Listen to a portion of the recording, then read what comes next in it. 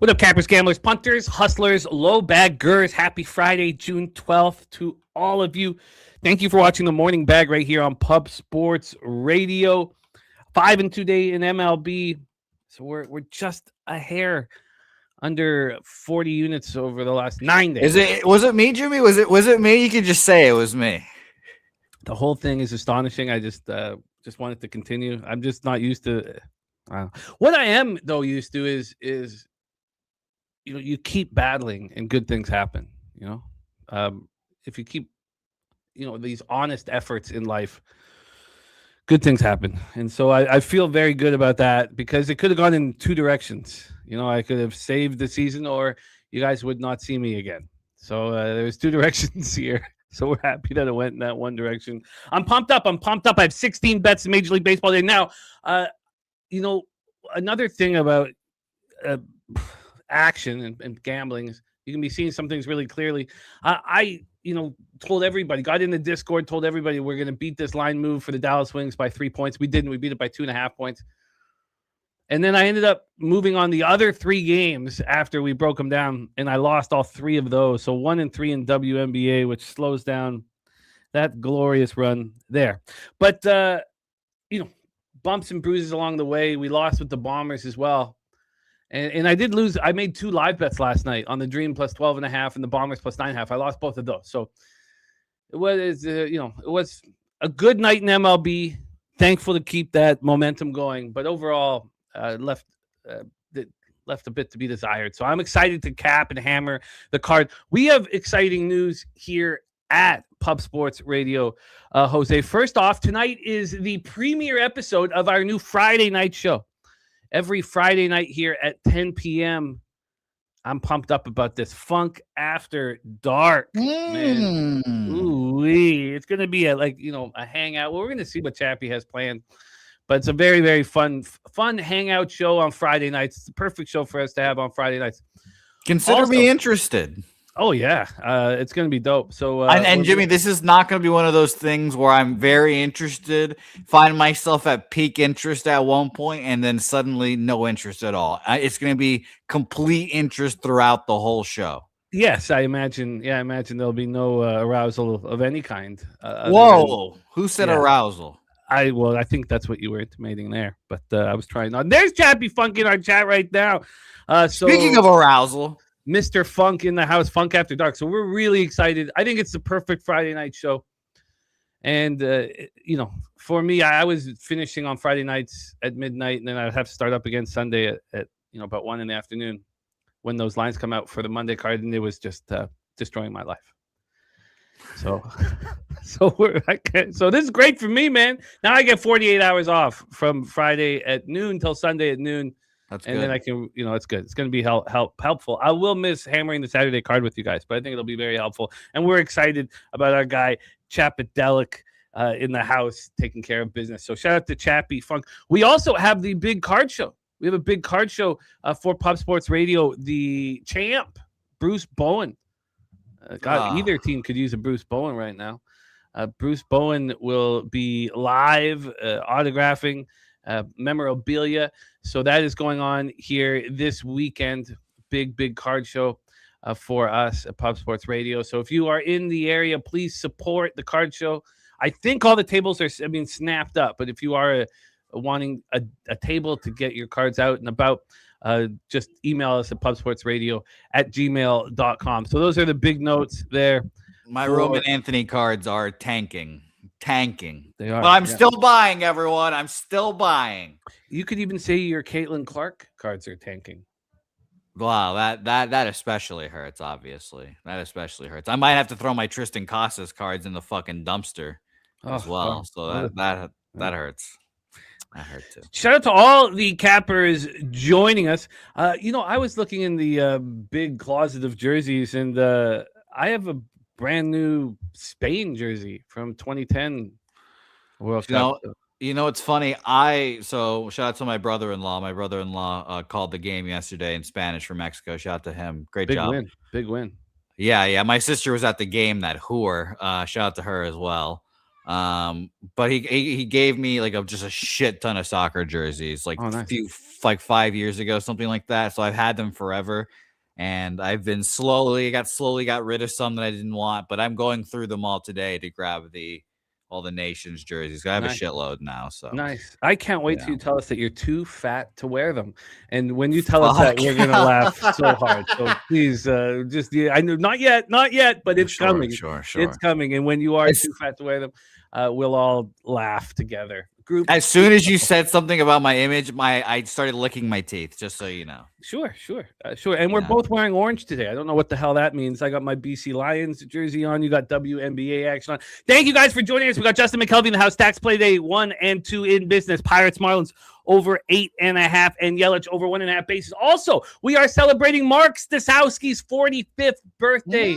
Don't throw fade. Mark Staszowski, 45 today, and he has put together a video for the Boston Red Sox game. So we have a breakdown from Mark Staszowski. He has given us a birthday pick, Jose.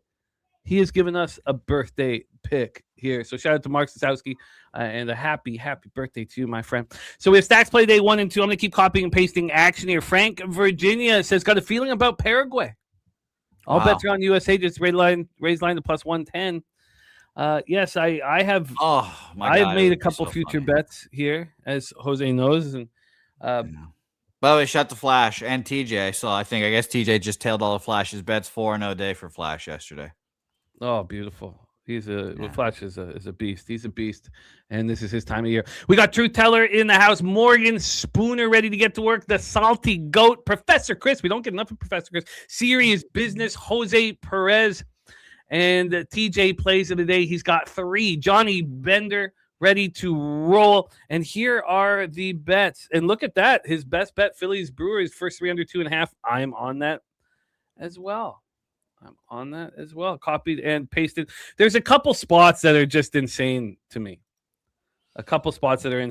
And look, Trey Savage opening up as a dog with the Blue Jays at home means I'm going to have to bet the Yankees. But I just need to talk it out. And then, the Tigers Guardians opening up at a pick'em. Who cares if the line's gone to the Guardians? This line opened up in the most ludicrous number. Again, it's up for discussion whether the books are trying to manipulate the market or what. But the fact that we'd be sitting here with Bybee at home against Jack Flaherty and his 5+ ERA and his 1.5 WHIP and the Tigers' inability to win on the road, and the fact that would open up in a pick'em is insane. It's so insane that the Tigers should probably be bet. We'll have to talk about that game as well, but that is fucking insane. I love this Phillies Brewers first 3 under 2.5. I'm right there with TJ. I also have some interest in that Phillies first 3 plus a half, and I know that's just because we just cashed with it with Jared Jones going up against Shohei. But the Yanks money line, that line's just absolutely ludicrous. So of course the line's moving to the Jays. Of course the line's moving to the Guardians. Why would it open up at that number? It makes no sense. We got the Goon Collector in the house. Says, what an honor that we all get to witness my Knicks win the finals after 50 years in San Antonio tomorrow. Thinks they're going to do that in Texas. Did you see what the line's at? I did. Or excuse me, did you see what the series line is at? I did not. No, what is it? Plus 344. Right where you bet it? Yeah. Well, I still believe, Jimmy. I still fucking believe. Yeah. Well, look, I bet the Spurs for Game 5. There was a question as to why wouldn't I hedge now? I really think the Spurs win Game 5, and then in Game 6, I'm gonna have to hammer the Knicks money line. Dougie Wise off to a 2-0 start as well. We got Joel Torres in the house. We got lots of work to do. Great to see all of you guys. So Wine Time Sports says, watching y'all from Mammoth at a bachelor party for Caesars. Oh, nice. That's nice Wine Time. I hope you and the fellas are doing it up nice. That's dope. Joseph Gomez, and that was Big Mastro, says he hit the Game 1 Knicks money line and been riding the Spurs first quarter money line and spread and on it again for a K. I love it. Razor Sharp picks in the house. Yes, Gambler's first glance. Texas Rangers was a casher here. We got TV Jones ready to get to work. Daddy beats TV. Coin. Let's copy and paste Coin's action. Let's get that in here. Mark Stasowski, there he is in the chat. Happy birthday to Mark Stasowski. Looking forward to see your video. We got to work quickly here, Jose, because we got a lot to cover. Nasty Nate in the house. Land of the Tree. It's great to see all of you guys. Thank you guys for joining us. Jose, we must work diligently and move through this big, beautiful card. So let's get right to work. Jose, take it away. Let's roll through game one. And let's attack. Yep, game one, we have the Miami Marlins versus the Pittsburgh Pirates here. There we go. And we've got Mr. Ashcraft versus Sandy Alcantara with 67% of the bets and 76% of the money on Pittsburgh here. Now, line movement here is I'll give my page one more refresh just in case. We have a minus 135 for the Pirates. Bet online is now minus 136. It did get all the way up to a minus 150 at one point and has come back down to the opener there. Heritage at minus 141. It opened up at minus 142. It got up to minus 151 there as well and has come right back down to where it opened. So very interesting that we have gone here. Jimmy, what are your thoughts on this game early here? Well, I wanted to back Braxton Ashcraft. I expect him to bounce back from that last start, but I've had success fading teams after the Dodgers leave. And, I don't see I just think it's a very difficult situation to be playing the Dodgers, to be going up against Shohei, to be having these massively exciting games, sold out crowds, and then the Fish come into town. So I think this is just a little too expensive. G-Biz in the house says his birthday was yesterday. G-Biz, I hope you had a great, great birthday, my friend. Cashing Mexico, minus 1.5. They look great. Congratulations and happy birthday, G-Biz. Hope it was great. Robert Frankel on Pirates first 5 money line. I mean, that's what I would be on. Professor Chris says model showing Miami money line plus 110. He's gone plus 128, plus 119 at this point is probably not quite enough to get there. Look, I can't get over the fact that Sandy is pitching really well again. He had those hiccups May 21st and May 26th. He allowed 14 earned runs over 11 2/3 combined there at home versus the Braves and at the Blue Jays. He bounced back at the Nationals. They're a tough team to go up against. And then he completely shut down the Rays. Swiggy says Pirates bats versus the dead fit Fish bats, though. Yeah, look, the Marlins are not hitting. 239, 685 OPS last 30. Pirates are destroying the ball. But this line not moving towards the Pirates, the idea that Sandy is you'd have to, like, for me, I guess the line's moving towards to a point where you don't have to take the Pirates on the -1, but it's a very expensive proposition. There's not Sandy Alcantara is more than capable of stepping up in this spot, and I had concern immediately, and I think I've backed Ashcraft almost every start that he's had. I'm continually believing in him over and over and over again, and I would expect him to bounce back here. We'll take a quick look at the price difference. This full game's minus 134, and the first 5's minus 144. I just think it's just a little tricky with the Marlins coming into town, and it's expensive. And while I expect Ashcraft to bounce back and the Pirates to deliver, I'm not going to bet it here. I'm not going to bet it. We do have Stack's play of the day in our first game on the board. He's on the over 8.5. So let's get our card started with our friend Justin McKelvey getting paid here. He knows his Pirates team inside and out, and he's on the over 8.5 here. Stacks, stacks, stacks, stacks, stacks, stacks, stacks, stacks, stacks, stacks, stacks, stacks, stacks, stacks. A Goon Collector says overthinking it. Pirates money line. If somebody says I'm overthinking it, I'm doing a good job. So yes, I hopefully will overthink this game and the next game as well. And shout out to Matty Ice and Colin Gregory cashing the horse race. Matty Ice sending $100 after his big score on the Alouettes. Matty Ice, I feel the same way about the Rough Riders cap as I did about the Alouettes cap. Rough Riders against my BC Lions tomorrow. I feel the same way on the Rough Riders. Whole world on the BC Lions. Whole world using that West final as. So I feel the same way, which we'll get into later. Let's roll on, though, Jose. I'm off of this spot. All right, let's roll on indeed to Seattle, Washington here. Seattle Mariners versus the Washington Nationals is what I should say there. We've got Bryce Miller versus Zach Littell here. Bryce Miller, most recently we saw him in that, piggyback kind of situation with Luis Castillo, which was very interesting to me, Jimmy, personally.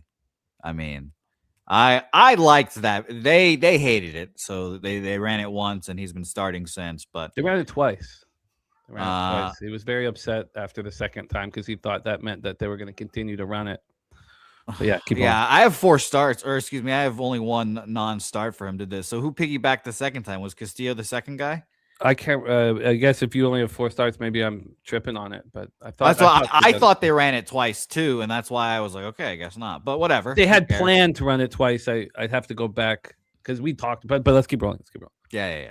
But I like that personally. I think that's a functional thing that could work in the playoffs.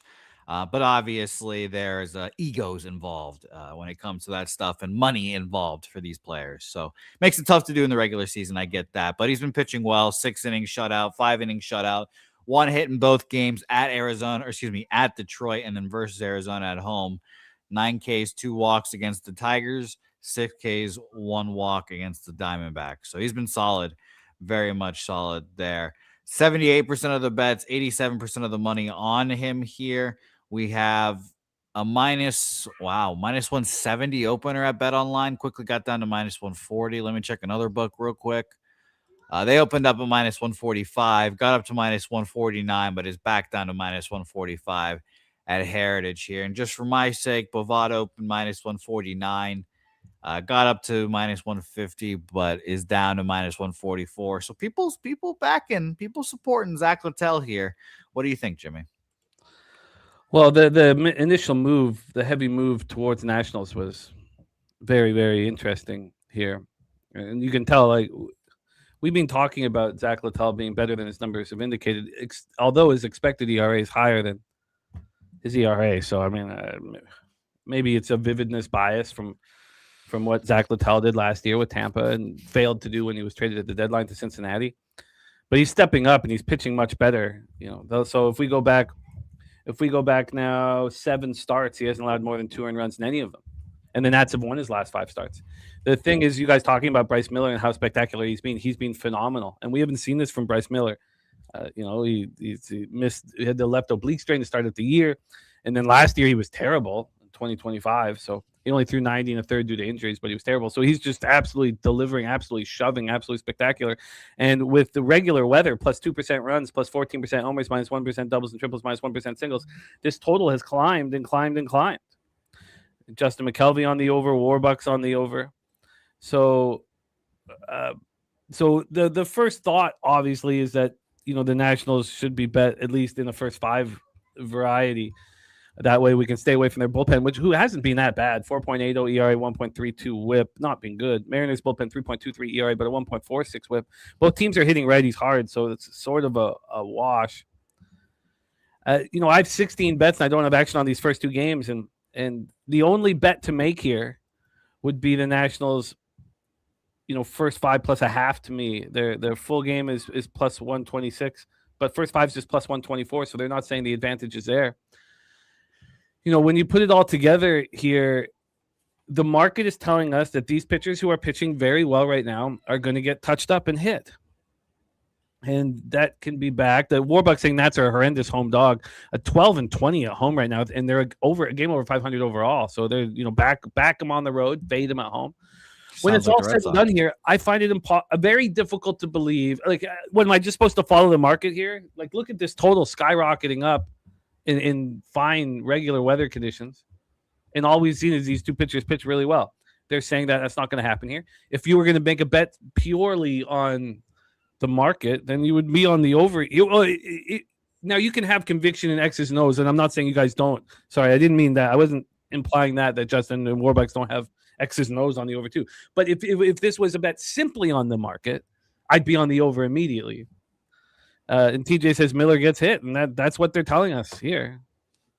Look, that's all well and good, and when I see it, and I will believe it. He's got 0.78 whip. So I'm off of the spot. There's so many spots on the board that everything I feel like it correlates enough for me. Wine Time Sports just bet the team total over 3.5 for the Nats -140. I'm off this spot, Jose. We can roll on. All right, let's roll on indeed here. We have Padres Orioles next game on our board here. Let's go find the market here. Canning versus Boz here. 71% of the bets, 87% of the money on Boz here. We have -135 opener at Bet Online is now down to -126. That line just recently moving here as well. And -136 at Heritage opened up at -139, got up to -142 and has come back down there as well. So some love for the Padres here today, even in the face of a lot of money and bets on the Orioles, 71 and 87 to remind you guys. What do you think about this game? Well, I moved on this game. This one works for me.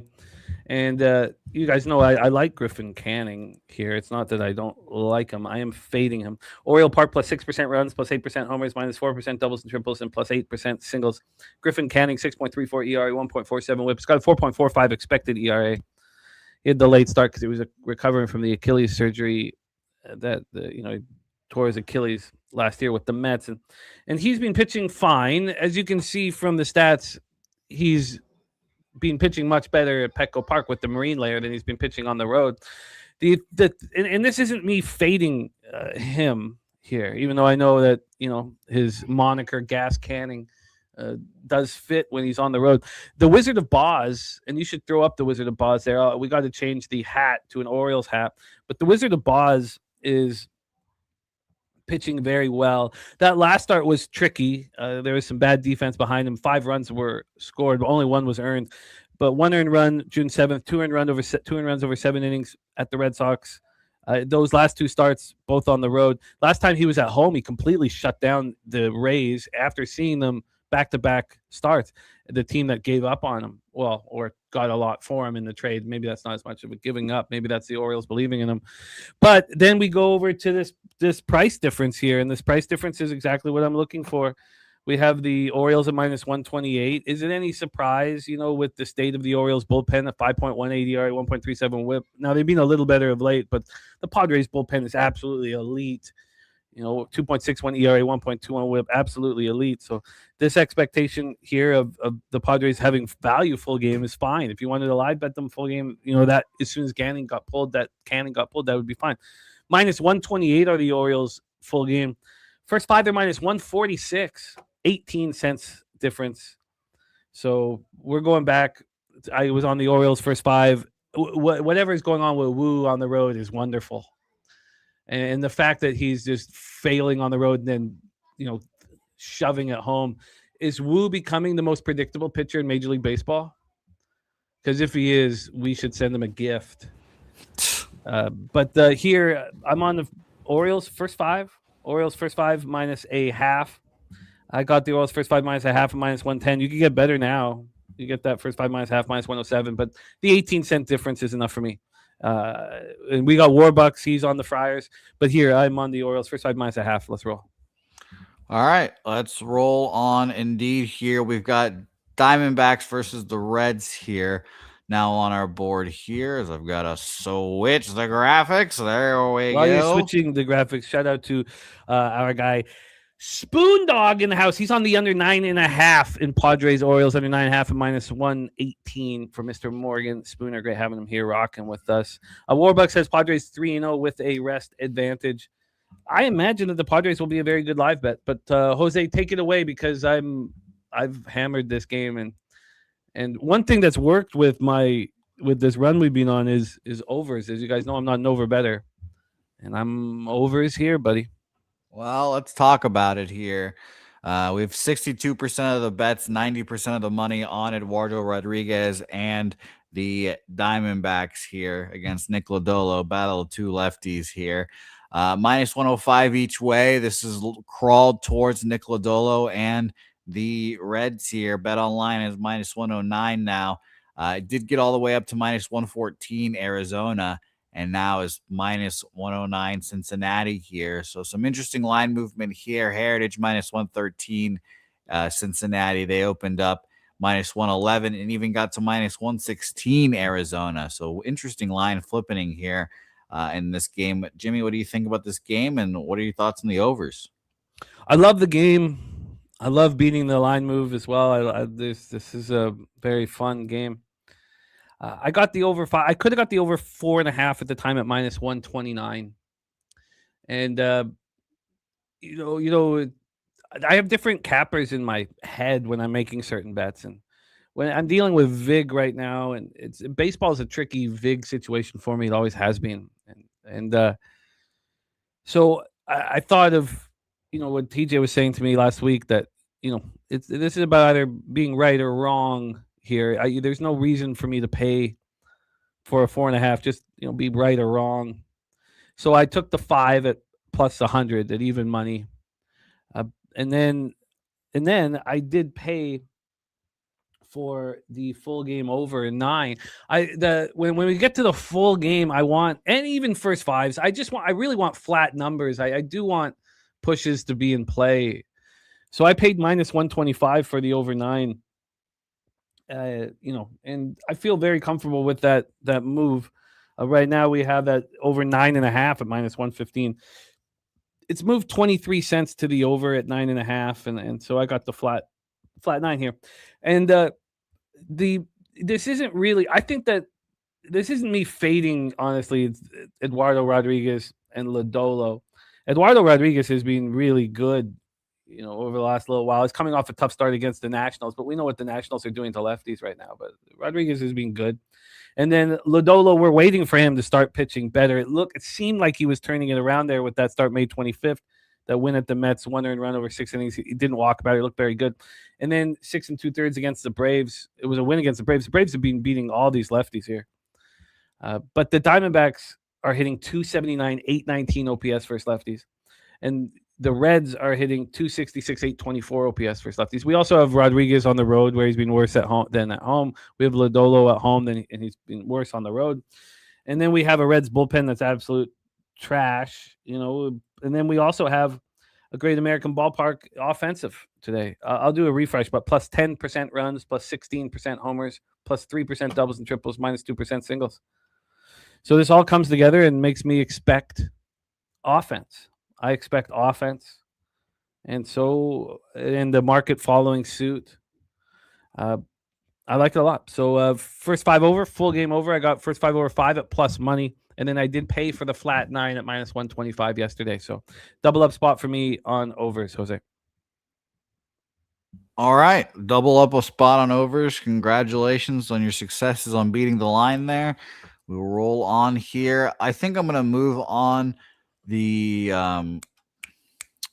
I already forgot now. So I was going to guess to the Reds. It was either this game or the last game. I've already forgotten. So it'll come back to me here in a moment. But if you have forgotten, don't bet it. Yeah, thank you. So no I've already conviction. No conviction. See, I'm thinking about moving to the next game, what the pitchers are, and I've already forgotten my bets there. So it's very funny. Let it go. Lots of great spots. Tigers, Guardians, next game on our board here. We've got Flaherty versus Bybee here. Fun pitching matchup, and what a line move we have in this game. This opened up at minus 105 each way at Bet Online. It is now all the way up to minus 123 for the Guardians here. Heritage minus 124 now. It opened up at minus 110 there. So that's fascinating to see here from these line makers. Heritage actually allegedly has moved back to minus 110 each way about a few minutes ago. So we'll see if that is updated or what. But everyone else still set minus 120. Bovada even minus 128, opened up at minus 111 there. We have 62% of the bets and 64% of the money on Tanner Bybee and the Guardians here. Jimmy, what are your thoughts on this game? It feels like the books are saying to bet Los Guardians today. Well, I mean, yeah, look, how could this make any sense to anybody? The Tigers are 11-24 on the road. They have a gas can pitcher on the hill with 5.31 ERA, 1.58 WHIP, and this opens up as a pick'em. This is a situation where you would expect every single person with a model to say, look at this value I have on the Guardians at home. Well, why are they giving it to you? Why are they giving you this value? The Guardians are only a 500 team at home, but 11-24 the Tigers are. You have Bybee, who is very strong at home and should be back to home. You have where is the Tigers' advantage? The Guardians have a huge bullpen advantage. So, now only 62% of the tickets and 64% of the cash are on the Guardians. So I think that I have to start betting these. It's enough talking about them, and we've been talking about them more and more, these spots where the line comes out and it makes absolutely no sense. So who cares if it moves in the direction that, how are the Guardians not opening up at this number at minus 125? This is just insane to me. So because of that, I've got to start betting these. And then it's kind of a tricky situation because we should probably wait. John Bender says, we play the tribe here. Let the market tell you. And see, that's what the market opened this up at a pick'em. Who cares that it moved? How the hell did this open up at a pick'em? Why would it open up at a pick'em? If you were, a bookmaker and you thought the Tigers were very live today and that you can make an absolute killing, you would open this lineup at a pick'em. You would move it towards the Guardians. So you get all the people who in their models say there's an advantage. Of course, there's an advantage with the Guardians at home and Bybee on the hill against Flaherty and the Tigers. And then you get the move towards the Guardians. So everyone goes, look, the market's telling you the Guardians are the bet. So I've got to stop talking about this as if I'm putting on my tinfoil hat. Look at this, but not risking anything. What's the point of doing that? If I'm going to make a point here saying this line is absolutely ludicrous, it doesn't make any sense, and it's set up to get only Guardians money. And Professor Chris says his numbers actually are not favoring the Guardians at all. So we have a team that's 11-24 on the road with a terrible pitcher on the hill with the worst bullpen and hitting righties poorly. So they're hitting righties worse than the Guardians. Their bullpen is much worse than the Guardians.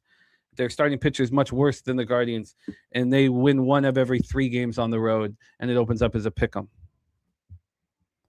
So I'm going to wait here, but I'm going to start betting these because it's just stupid if I just talk about them as if it's just a waste of everybody's time. So I've got to start betting them, and I will bet the Tigers, but there's no need to do it now. I think I can just be patient. And then also I should set up a separate spreadsheet to track these spots here because, we've been talking about it. And, it's funny because that Mets game yesterday with Dobbins going up against Christian Scott, how does it open up at 9.5? 7 runs are scored in the first 2 innings. And then now it only ended up with 9 runs being scored. So, the people who bet that initial under 9.5 got paid. But still, it was an insane line to be put at such a high total. So with all that said and done here, I'm going to move on the Tigers. We'll roll on. Rod's White says bet against Tanner Bybee on the money line is a home favorite of -110 or higher. Bybee's team record during 2026, 0-8. A coin saying that Detroit gets Scooball back tomorrow. The vibes are high. So let's roll on here. I'm going to move on Tigers, but I'm going to wait. I am selfishly hoping the Tigers go in the tank, so they have to trade Scooball. That would be fascinating to see. And if he went up north, I wouldn't hate that. They know that they're not out of it in that Central, though. You're never out of it, as the Guardians proved last year. But. Yes, that is true. And I don't think they trade him either. I think they just go get that comp pick, and he leaves for whatever team. So it'll be interesting. But let's go to the Boston Red Sox versus the Texas Rangers. And do we want to start off with this lovely video? Yes, we have a birthday pick from Mark Stasowski on his 45th birthday. He has given us a gift. Shout out to our friend Mark Stasowski. Let's roll. Hey, Pub Sports. It's Don't Throw Fade, and I'm going to bring you a birthday pick for my birthday tomorrow on June 12th. It's going to be a 2-unit play. Let's get into it. I'm taking you to Boston, where we got Jack Leiter coming in with Texas against Sonny Gray. Let's break down Sonny Gray. Sonny Gray has been phenomenal at home this year. He has 5 starts, 3 wins, no losses, a 2.5 ERA, a .96 whip. Just phenomenal. I think this year he's had 6 home runs hit on him, only 1 at home in Boston. There's only 1 start you can actually say he had a bad start, and that was against Minnesota 3 starts ago. And what did he go? 4 innings, gave up 3 runs on 6 hits. But he just faced Minnesota earlier this year, so that's the 2nd time they saw him. I'm not going to knock him for that start. The other thing we can look at with Sonny Gray here is he's on an extra day's rest. Look up his extra day's rest stats. He's phenomenal. He's a veteran pitcher. You want the extra day rest. Throws the sweeper. He likes to strike them out. He's at 10.5 K per 9 when he has an extra day's rest in his career. What's his ERA is 3.15 on the extra day rest in his career? I mean, I don't know what else to say about Sonny Gray, but I'm going to trust the veteran pitcher here. All right, let's tackle the Texas side of this one. They just beat Kansas City 4-2. Their closer just went 2 innings tonight, and he went the night before, I think 17 pitches. So I don't see him coming out for a 3rd day. And if we break down Jack Leiter, he hasn't been impressive at all.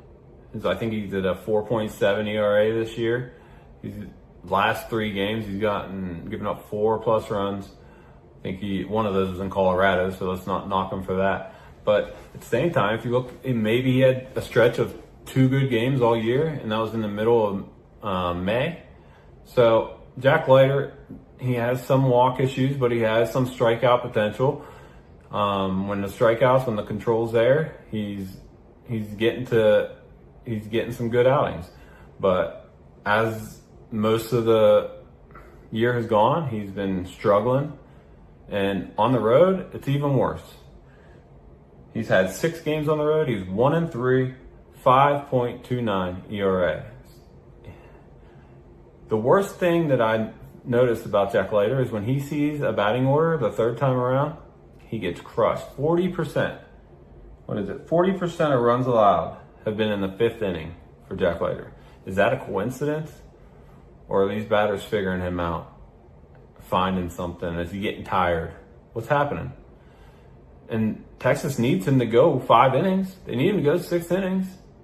So I think they're going to push him. And you don't have Latz. I don't think they're going to bring Latz out again after 2 innings pitched today and then a pitch the day before in Kansas City and then travel. So to conclude, we got Sonny Gray, experienced pitcher at home on 6 days rest. We got Jack Leiter coming in, controls kind of everywhere, not great. And even if he is in the first 4 innings, he's going to blow up in the 5th or 6th. Texas needs him to go. Don't have their closer. Boston money line, full game, -130. Let's blow out the candles for my birthday, guys. Eat some steak, 2-unit max play. Let's go. Happy birthday to Mark Stasowski. And, X's and O's are telling you that this is the spot. Sonny Gray extra rest, Sonny Gray at home. You see Razor in the chat, Razor saying Sonny Gray 7-1 and they're at home. How do the Red Sox not win this game easy? No way Boston loses at home with Gray on the mound, which you know what that means when Razor talks like that, as we've cabbed with him for a long time. You know what that means.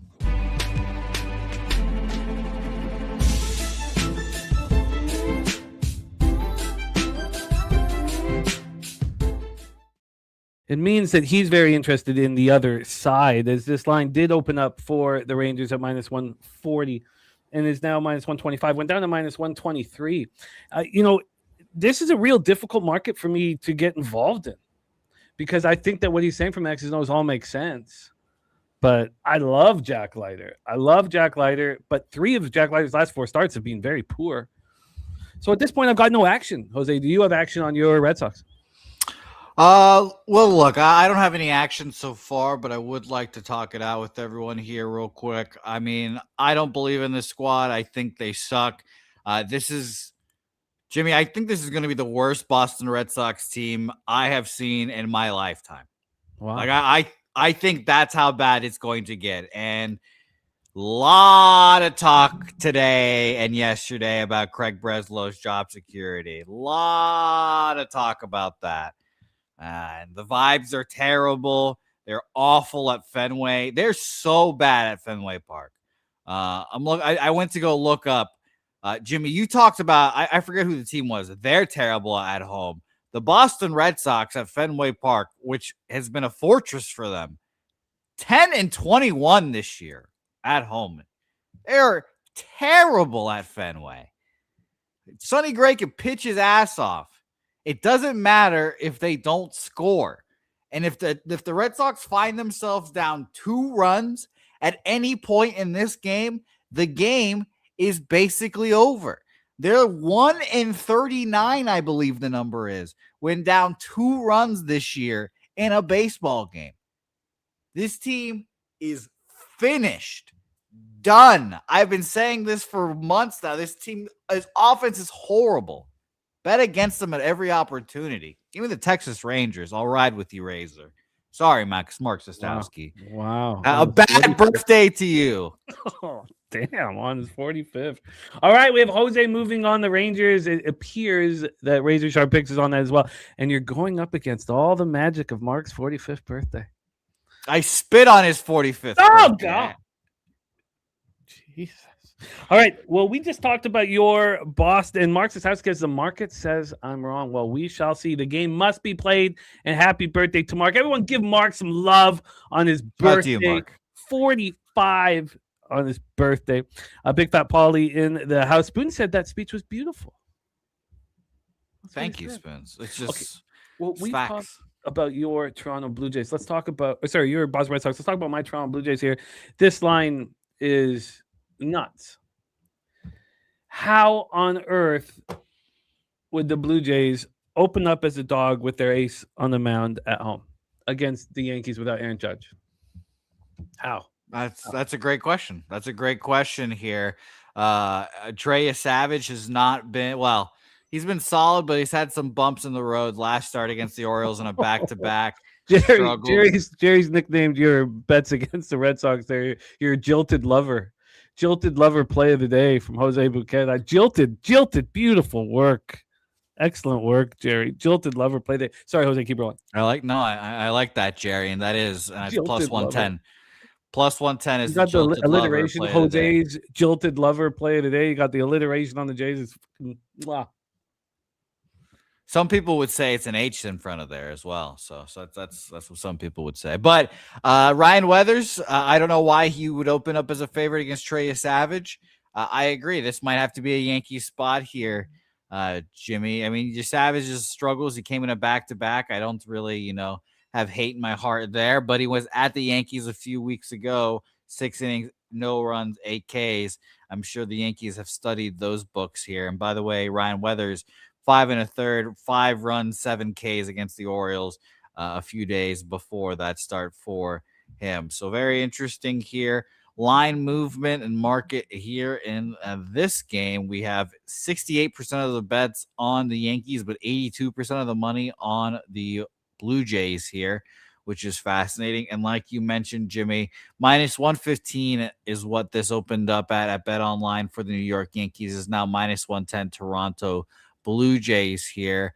I don't think Heritage is updated on this game because they're showing a minus 135, which is very funny. But what do you think about this game?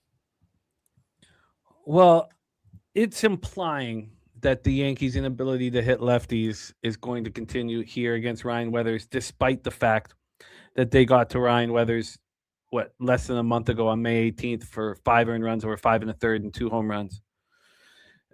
That was in New York. So they're implying that won't happen here, and that Trey Savage won't bounce back and all of this stuff. Like, it's very difficult to wrap my head around it all.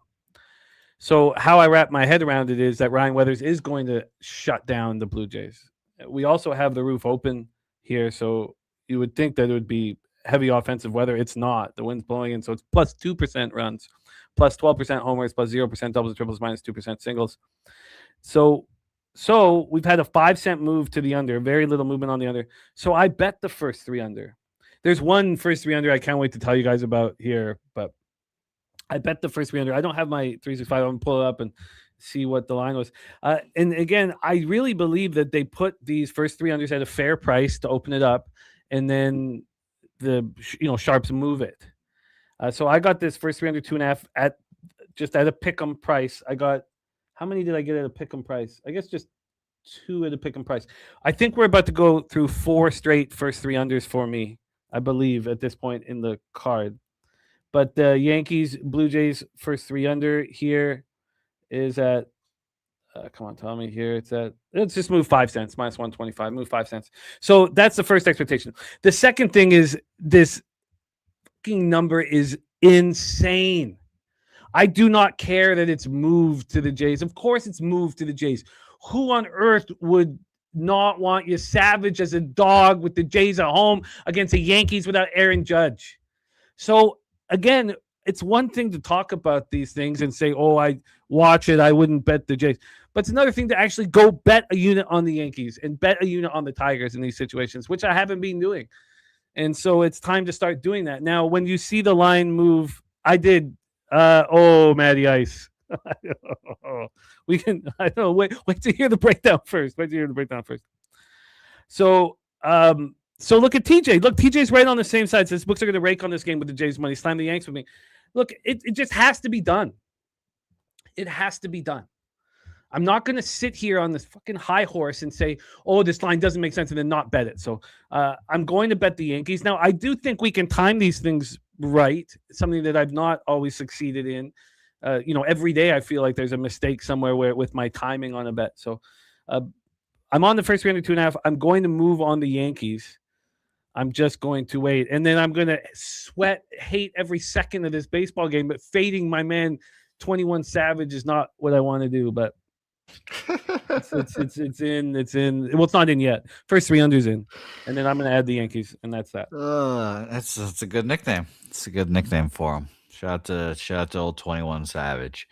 All right, I'll be on the Yankees with you here. And by the way, I don't know, are you talking World Cup games? Well, are we doing that? I should have asked you before, but well, what I think we should do is at the end of the show, we should talk about the Spurs Game 5 and your World Cup picks. Okay, sounds good. All right, I should have asked you before, but there's some on-the-fly production right there. Minus 105 for me for the New York Yankees full game here. Going to be a square card for me, it seems. But let's talk about what I see. Square bets coming up. The Rays and the A's are square heaven, man. Public square heaven. Circle jerk, square heaven. Let's all get together and get into the okay, let's not. I shouldn't have said that. Let's keep going. Dodgers, White Sox next on our board here. It seems like this, and me, Jimmy, being the baseball weirdo I am, this is the series of the weekend for me. Let's find out how real these White Sox are when the big bad Dodgers come to town. And by the way, shout out to Roki Sasaki. He changes one thing and he becomes an elite ace-like pitcher again. I didn't think he had it. I was like, wow, I guess, the guy that I watched in Japan and throw almost back-to-back perfect games, that's not him anymore, blah, blah, blah. But he changes his splitter. He went from a forkball to like a splitter situation that he threw back in Japan. Now he throws that for strikes, and now that changes his whole game as a pitcher.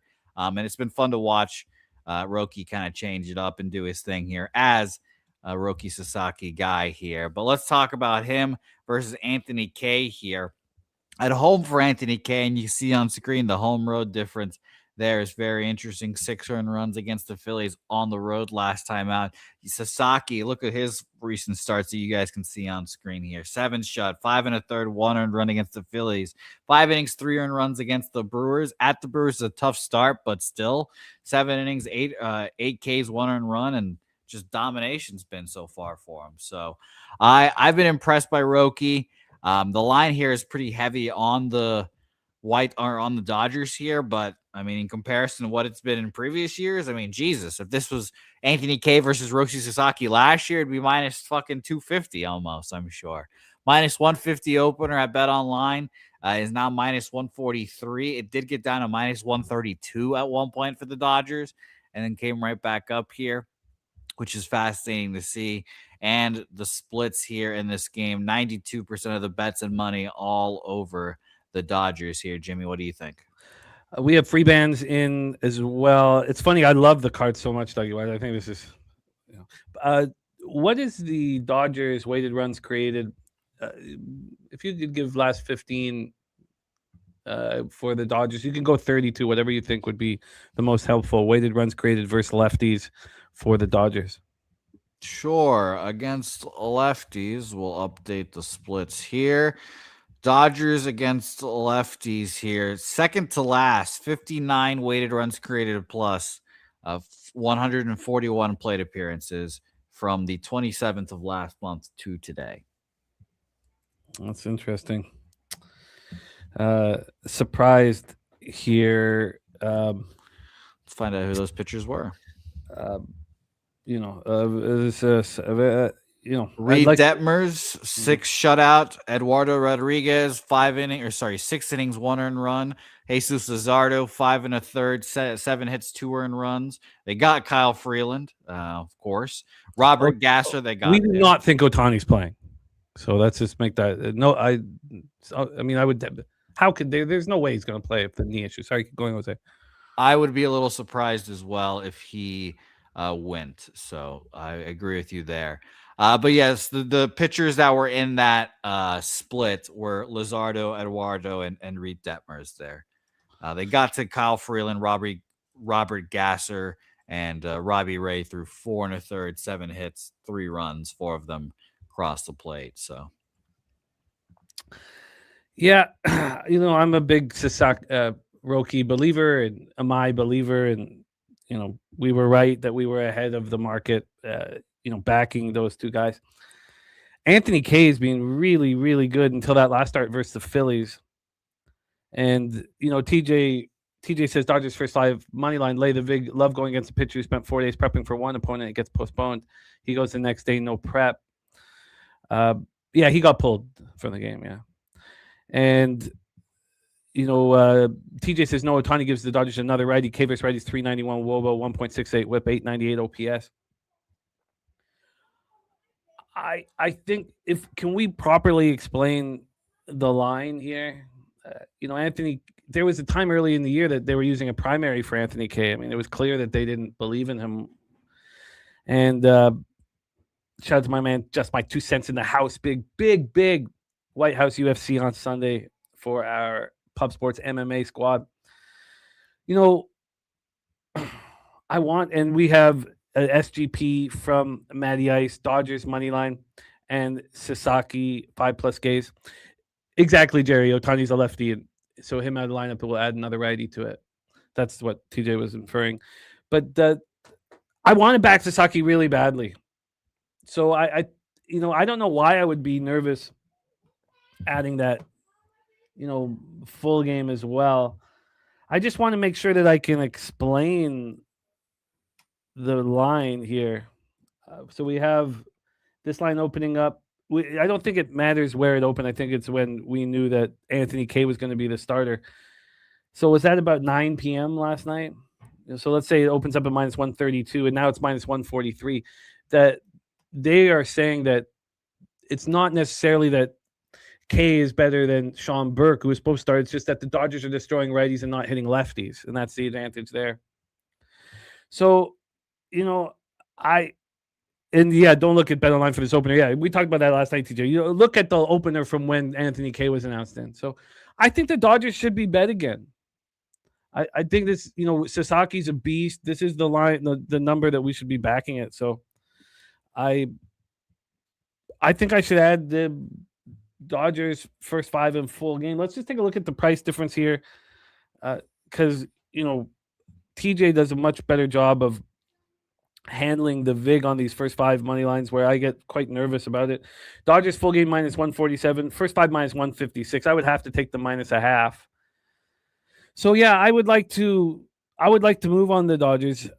I'd like to move on the Dodgers. I'm fearful that they shouldn't, should they be more expensive? Anthony Kay 4.40 ERA, 1.45 whips, got that 5.85 expected ERA.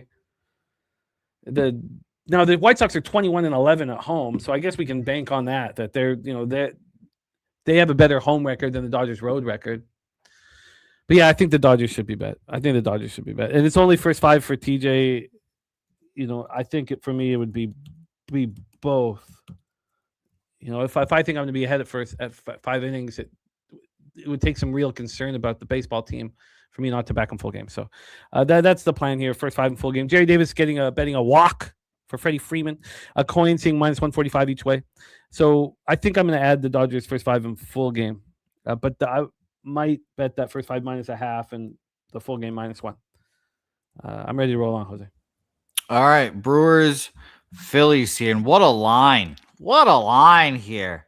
But that is the respect Jacob Mizorowski deserves and commands now versus Andrew Painter, who, by the way, Jimmy, I'm sure you saw this on your Twitter, but did you know that Andrew Painter and Yamamoto get the same extension off the mound? Andrew Painter is like 6'6" and Yamamoto is 5'10". Wow. I was like, what the fuck? So I think Andrew Painter might be a little messed up or something right now. I don't know what it is. I think he's still going to be a good pitcher, but that was crazy to me. I was like, how is Andrew Painter not? And he's facing the Lord of Extension right now, because when you face Mizorowski, he's like dropping the ball in your face with how fucking long he is when he throws. It's crazy. Jimmy, by the way, here's another fun fact about Mizorowski. He only had like 0.01 WAR less than Christopher Sanchez during the scoreless inning streak that Christopher Sanchez had. So even through Christopher Sanchez giving up no runs and all that stuff, Mizorowski was still pitching just as good as he was. Well, Mizorowski's only given up 1 run. So the last 7 starts, he's given up 1 run. Yeah, and I'll tell you my wet dream right now, Jimmy, the thing that keeps me up at night, please, Tigers, go in the tank. Trade Tarek Skubal. The Brewers step up, go get Skubal. Give me Mizorowski, Skubal, Kyle Harrison to go up against the Dodgers, and let's have it out. Let's just have it out right there, and it'll be a great series for us all to watch here. I mean, look at these home road ERAs for this guy. Painter has not been good anywhere this year, but he went 3-30, 4 in runs against the Dodgers. I can credit him with 6 2/3 or 6 1/3, I should say, 2 runs against the Guardians there. So not too bad, but I am not going to be fading Mizorowski this year. I think he could win the Cy Young very much so. So no action for me, Jimmy. What do you think? First off, I'm lockstep with TJ that this first 3 under, I thought was a must bet situation. I should get this up here. I don't know why this didn't. Maybe I need to log in. So the first 3 under, I think, is excellent. I think the real question here, Jose, the whole game lies on what the hell's Painter going to do? Look at his gas canish numbers. 2 years ago, who had the higher ceiling? Who was the more highly thought of prospect between Painter and Mizorowski? Yeah. Painter was in the MLB at like 19 years old, 20 years old. It was Painter. Here, that first 3 under 2.5, I thought was, wow, it's moved 10 cents against me. Damn, I did not expect that. It's moved 10 cents against me. Then, we cashed with Jared Jones against Ohtani. We said, can Jared Jones get us 9 outs? Because then we don't need anything from the Pirates, as long as you get 9 outs from Jared Jones and you cash. And that's what he did. He gave us 9 outs. That end game ended up having 19 runs scored, but none were scored after 3 innings. We got the 9 outs. We cashed the first 3 plus a half. And I wanted the first 3. I had interest in the first 3 plus a half here, backing Painter if we can possibly back him. And the first 3 plus a half was minus 120 last night, which I thought was pretty expensive. It's first 3 plus half. So in the end here, this is the way I saw it. I saw it in the end. And look at that. Matty Ice Phillies first 5 team total over 1.5. I think that by betting the first 3 under 2.5, I am sort of betting Painter, to get 9 outs for me. And there's no reason to double up on it. It's, fade Mizorowski in this spot. But if I was just firing out every every idea I had in betting it, I would bet that first 3+1/2. But I do again. And I'm not going to and I'm going to add the question marks here and take away the asterisks because I am betting on Painter if I'm on this first 3 under 2.5, which I am. But it's moved 10 cents against me. That's such a rarity too that we've been just destroying these first 3 lines, so that makes me quite nervous. So I'll sit with this here. Davfen, no, I don't play nerfies. Because a lot of my first 3 unders that cash, a run or two are scored in the first inning. You have Chase Burns allow a 2-run shot in the first inning and then shut everything down and cash the first 3 under. I don't. Nerfies make me give me anxiety. What were you saying? We have a good formula for Yerfies right now, though. We do, absolutely. So I'm in business here. I'm just going to bet the first 3 under 2.5. I'm not going to add anything to it because then I'm backing Painter. But I like that first 3+1/2. I feel like, don't you feel like Painter's going to step? Now again, we have no numbers to back this up. The last 2 starts Painter's had to have been terrible. The only thing you at the Dodgers and at home versus White Sox are 2 tough teams to go up against. He looked like he was coming together with those 2 starts at home, but he's not at home here, and he's going up against the Brewers. So I'll just leave it at that. First 3 under 2.5 for me. Let's roll on. Let's roll on. Houston Astros, Kansas City Royals here. So this is, I got to say this right off the hop here, Jose. I moved on the under 9.5. That line didn't make any sense to me. It was an off-market line. The under 9.5 was -115 and 365 was -133 at Pinnacle. It didn't make any sense. I told you guys I wanted the first 3 under. Listen to this line move. This was during our show. During our show, I was like, okay, look, this first 3 under is perfect for me.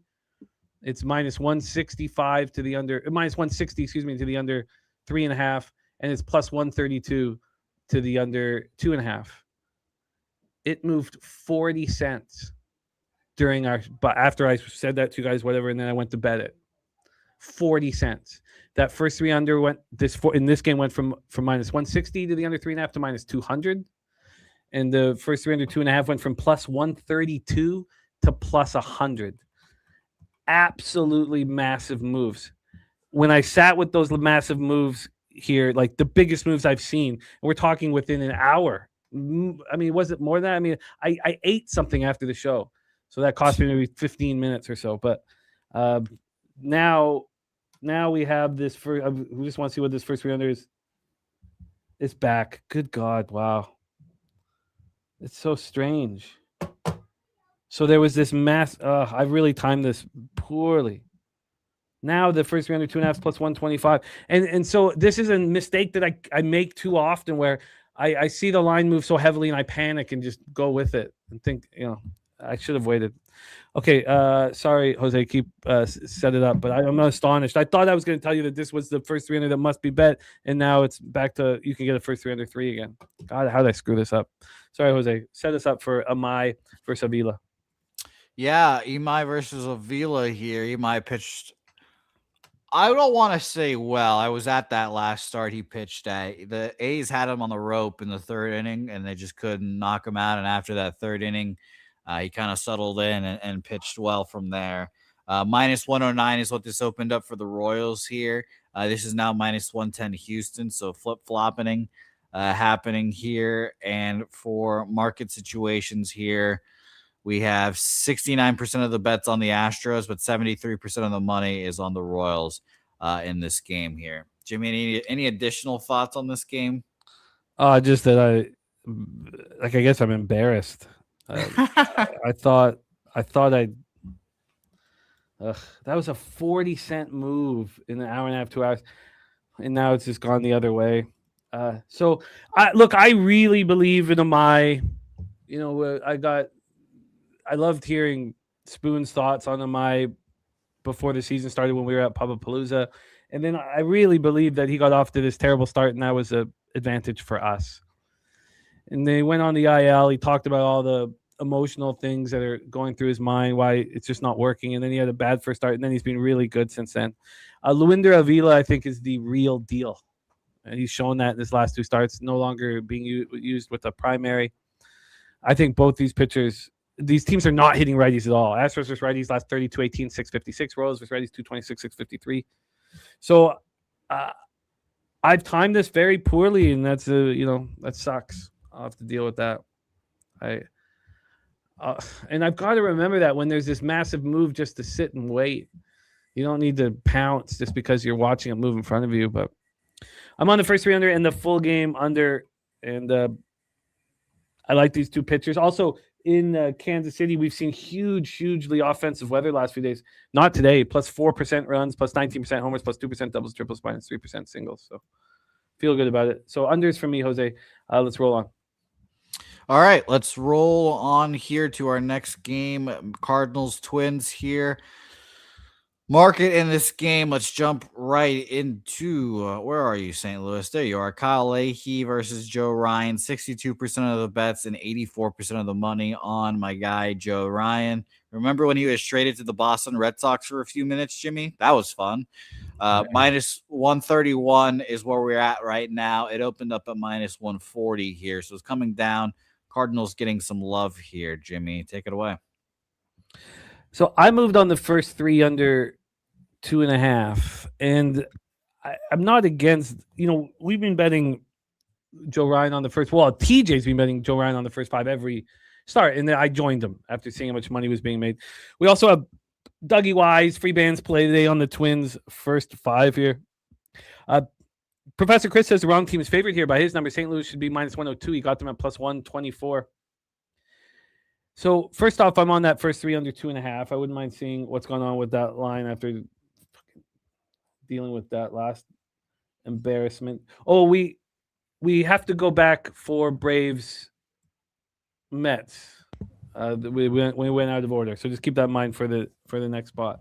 Cool. Here, so I moved on the first 3 under. I'd like to see what that is exactly here now. Just give me 1 second and pull it up. Here we go. So the first 3 under is sitting at, oh God, this moved 5 cents against me. That is making me nervous here. So Leahy's pitching really well. He's finally pitching well. Now he had a bad start Saturday, May 23rd, and you could say that last start, June 5th, was not very good.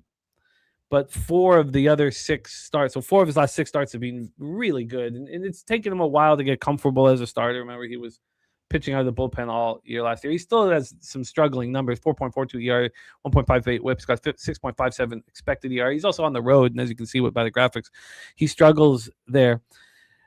Joe Ryan is just, bet on. He's just such a consistent quality pitcher. Coin saying Ryan's allowed 2 runs or less in 11 of 14 starts. So I was interested in backing the Twins, or at least Joe Ryan first 5 here, and I didn't. The line's pretty short. The full game Twins minus 135, full game minus 147. So 12 cents difference. Maybe that's enough for me to decide to pull the trigger. But the line moved towards the Cardinals. It kind of told me that Leahy could pitch well here. This line opened up with the Twins minus 140. They're now sitting at minus 131. And by being on the first 3 under, I am, have some investment in Ryan pitching well. I don't know, Jose, what do you think of the number here for the first 5 minus a half? I think if I expect, we also have the Cardinals with a big bullpen advantage as well. So, I mean, what do you think do you think it's too expensive for the Twins first 5 minus a half? What was the number again? It opened, the money line, the full game is minus 135. The first 5 is minus 147. So the first 5 minus a half is minus 106. Yeah. I would take, obviously I don't love first 5 minus a halves, but I would rather have that minus 105. Yeah, that sounds, I thought it was going to be like minus 120. So TJ's got the first 5 Seattle team total under 1.5. If I do believe in Leahy, which I do here in this spot, let's just take a look at this total. Then maybe, because I did open the door to these unders, and there we go for runs, plus 4% runs, plus 1% homers, plus 1% doubles, triples, plus 3% singles. So there's no real concern there. Then if I wanted to add to this, maybe it's not Twins first 5 minus a half. Maybe it's just betting the first 5 under. And we've seen this move 20 cents to the over. I think that's predicated on the bullpens. Yeah, I think I'm fine. I think that just the first 3 under is my investment in this game. I don't think I need to add anything, and I'm not going to. I think Leahy's going to pitch well here. That's what the market is telling us. So I'm comfortable. Let's roll. I'm just going to be on this first 3 under. That's enough of an investment. All right, let's go to the Mets game that we just talked about, the Mets Braves game here. Interesting matchup with McLean versus Spencer Strider on the bump here. I want Spencer Strider to be good again. He's been kind of bumpy. 5 innings, 3 earned runs, 5 innings, 4 earned runs, 5 innings, 3 earned runs, 6 1/3, 3 earned runs. But I think this is like the getting used to it phase of the return of the Tommy John, kind of elbow surgery, getting back into the rhythm. So I'm not going to write him off yet. But he needs to get some pitching innings under his belt again, but we'll be fascinated to see against McLean, who bounces back after back-to-back terrible starts. He went 6 innings, 1 earned run against the Padres, and 5 innings, 1 earned run against the Marlins here. Home road splits, you guys can see him on screen here. 4-6 for McLean at home, and both these guys do worse where they are today. So that's interesting to see here. Market in this game here. There we go. 82% of the bets and 93% of the money on the Atlanta Braves here today, which is shocking to see personally. And this line has skyrocketed towards the Mets. Minus 123 is what it is. Minus 121 now, just updated a few minutes ago. And minus 106 is what it opened at for the Atlanta Braves. They're plus 110 now. So line moving pretty briskly at Bet Online towards the Mets here. As for, let's try our friends at Bookmaker, minus 120 Mets. It opened up at minus 106 each way. So, Jimmy, what do you think? This feels like a Mets spot to me. How fast can you bet the Mets? By the way, in very interesting, TV Jones says Twins projected the most runs for him today. Wow. Yeah, very, very interesting. Very interesting there. So different vibe there on the Leahy spot. So look, this is just, I didn't double down here. Maybe I should. I'm just on Nolan McLean first 5. To go up against Strider with confidence is very strange, but the market is just screaming Mets here. Imagine Strider plus 108 first 5. That's, I guess this is going to require a bigger investment. I guess the Mets should be bet full game as well. 82 and 88 on Atlanta. That's just crazy. Crazy. Jam says the market screen Mets yesterday too, and they sold. I feel that. I hear that, but I wouldn't let those spots take you off of a winner. And don't be afraid to go right back to the well. Shout out to the Sweaty Butcher in the house, man. We need more Sweaty Butcher, man. I miss him. So Sweaty Butcher, I'll be in LA in a month. So with all this being said, I think I should double down. I'm on the first 5 money line. I think I should add the full game money line. This is just, at this point, you can't not respect the fact that these very, very wealthy books are taking bet after bet after bet after bet on the Braves and smiling and giving a better number, and knowing that Spencer Strider has that name value. This is just, and look at these starts for Strider as well. He's allowed 3 earned runs in each of his last 4 starts. He's gone over 5 innings. He's gotten out in the 6th inning in one of those starts. So, I think that the Mets must be bet. I'm already on them first 5. And what did I get on them first 5? I got, oh no, did I get? No, yeah, that's first 5. I just didn't. Sorry, that's Mets first 5. Mets first 5 minus 117. I hope I have that there. I might have. I'm pretty sure I put it out on X properly.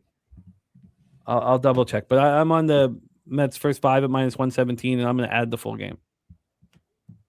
Okay. All right. Let's roll back to, where were we here? Tampa Bay Rays versus the Angels is where we are at here. Next on our board here, McClanahan versus Aldegrete here. Let's see here. There we go. Back to the market information.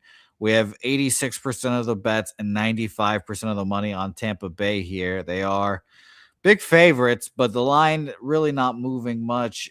If anything, it's moved towards the Angels here. Minus 175 is now minus 160, minus 161. So big drop there for the McClanahan-led Rays here. He's pitched well. He's had bumpy starts, obviously, but he is in the same boat as I think Spencer Strider, getting their elbows back and, pitching form, figuring it all out. But McClanahan's been pitching great at home. On the road, maybe a little bit of a different story according to his home road splits. 5 innings, 4 earned runs against the Marlins, 5 innings, 1 earned run against the Angels there. Aldo Gritty has just come up recently. 4 innings, 2 runs against the White Sox on the 5th, January, February, March, April, May. So last month. So this will be his first appearance back since then, it seems. I don't want to back him here, but the line movement is very interesting to say the least, Jimmy. And I did post it wrong on X. I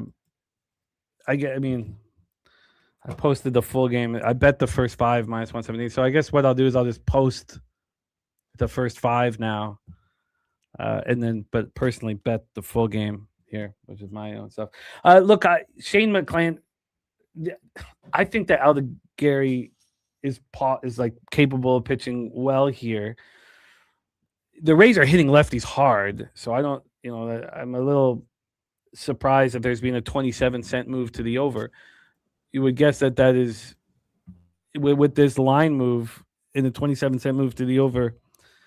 This line moving from minus 175 to minus 161 for Tampa. It's going to say that McClanahan is slightly vulnerable. Warbuck says Rays suck as away favorites. He's staying away. TV Jones says Angels bullpen being low-key good, at least solid last 2 weeks. Rays offense is horrendous. Rays 7th lowest run projected for him today. I still, with the last 30 days, believe in the Rays versus lefties. Aldo Gary has been terrible in Salt Lake, but he's looked quite good in the show. And who cares? We've seen pitchers get destroyed in the Pacific Coast League and then pitch well in the show. But I do believe here that McClanahan can pitch well here. And we saw him shut down the Angels at home on May 31st. I don't see why he wouldn't just do it again. So I know it's a public spot, but I'm on the Rays. I'm on the Rays first 5 minus a half. I don't want to pass up an opportunity to back McClanahan. And McClanahan has had, of his last 6 starts, 3 of them he's not allowed to run. 1 he's allowed 1 run, and then 2 he's allowed 4 earned runs. So May 18th versus the Orioles and June 6th, the Marlins, they both got to him. But the Angels, as you can see from the stats, they're not hitting lefties. Yes, Stevie Jones is absolutely right. The Angels bullpen's been better. And look, the market's telling us that this shouldn't be bet. And I've still been betting these. Thomas Maggio said the Rays are bad on the road. They're 500 on the road. The Angels are bad wherever there's a ballpark. So, I'm Angels hitting 206, 614 OPS last 30. Look, I understand this is a square ass bet, but I doubled down on it. So, and I respect you guys being on the Angels because the market is saying that the Rays may be fool's gold here. And then cash wise, 86% of tickets, 95% cash on the Rays. Look, if this in our old show when Jose and I would be sitting here for 3 hours capping the MLB card, and I wouldn't come here with 16 bets, I wouldn't bet this.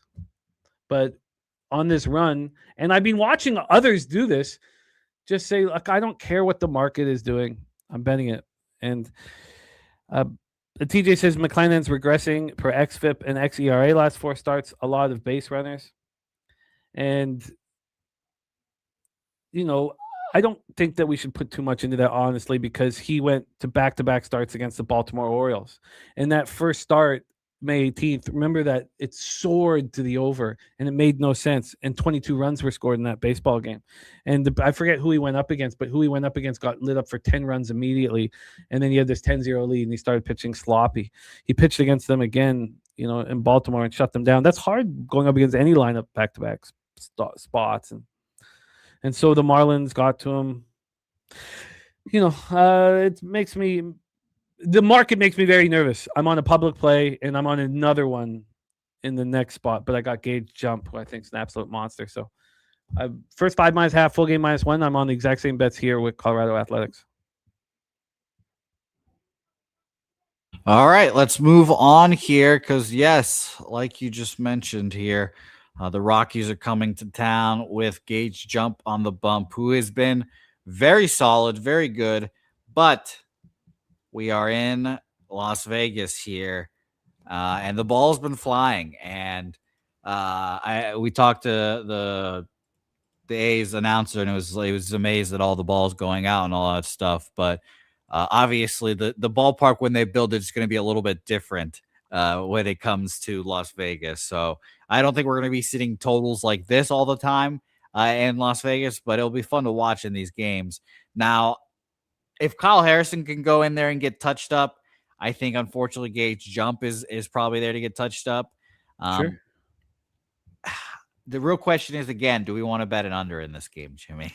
That's my question here, because I full game under cash, first 5 loses, of course, the other day. -170 openers, -190. Now we'll see, because I don't have a pitcher confirmed for the Rockies still, so we'll see how that all goes. 91 and 94 on the A's, blah, blah, blah. 64% of the bets on the under, 89% of the money on the over in this game. So what do you think? Professor Chris says, throw away your self-esteem with me today and bet the Rockies. They should be +136. He bet them at +170. He says high totals favor the dog. High totals absolutely favor the dog, right? High totals favor the dog. Personally, I think that Gage Jump is going to be incredible. And he was pitching in the Pacific Coast League 3 weeks ago. I every single advantage, like, how do I not have an advantage with Gage Jump here? Yeah, Gage Jump's going to get hit, but this is just absolutely must back. The advantage was Gage Jump over a bunch of fucking no names for the Rockies. Now we've seen these bullpen. We think it's Zach Agnos, who's been terrible, is going to get things started, and he's actually been stretched out a little bit. He could go a little bit, but. This is now -196. It opened up at -170. And with the high total, this is about to get over -200. And TJ's absolutely right. This is going to get over 200. This is at home. Now, it's not their regular home, but this has all of the markings of.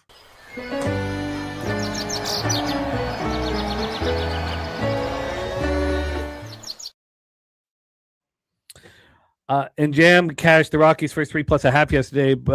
Bottom of 4th, the Grand Slam. Yeah, I cashed the first 3 +115, and then Feltner allowed the Grand Slam. I'm going to be right back on Feltner. I took a little heat for Feltner's performance, but I was like, look, first 3 got us paid. He looked brilliant through 3, but we see that happen a lot. Look, I just think there's just too many advantages here. Too many advantages. The Rockies are not hitting lefties, 239, 636 OPS. Obviously, these conditions that are fucking insane, as you guys were mentioning. We have Las Vegas ballpark now. I've never seen anything like this. It's not like this in Mexico City. Plus 60% runs, plus 110% homers. Have you ever seen that?